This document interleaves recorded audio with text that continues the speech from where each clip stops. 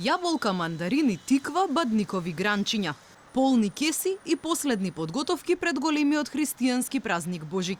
Зелените пазари и денеска беа приполни со потрошувачи, кои брзаа да купат се што им е потребно за утрешниот празник.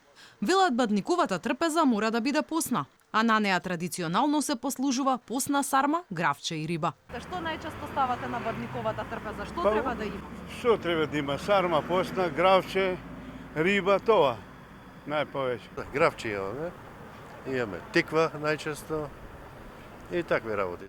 Пазарџиите тријат раце, велат вчера и денеска имале полни раце работа. Потрошувачите задоволни. Цените пред празникот, велат, не се разликувале од ланските. Што се продава најмногу за бадник? Јаболко, ораши, јаболки, ораши, вино, ракија, бадник купуваат за символ, све купуваат. Цените на пазарот денеска какви се во споредба со лани? Како секогаш, исто гледам.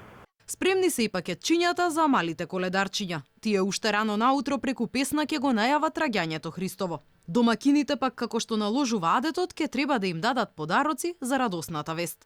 Па од оревче, костенче, бомбонче, се што треба, јаболче, така, портокал. Бадник се прославува ден пред Божик и представува последен и најстрог ден на божикните пости.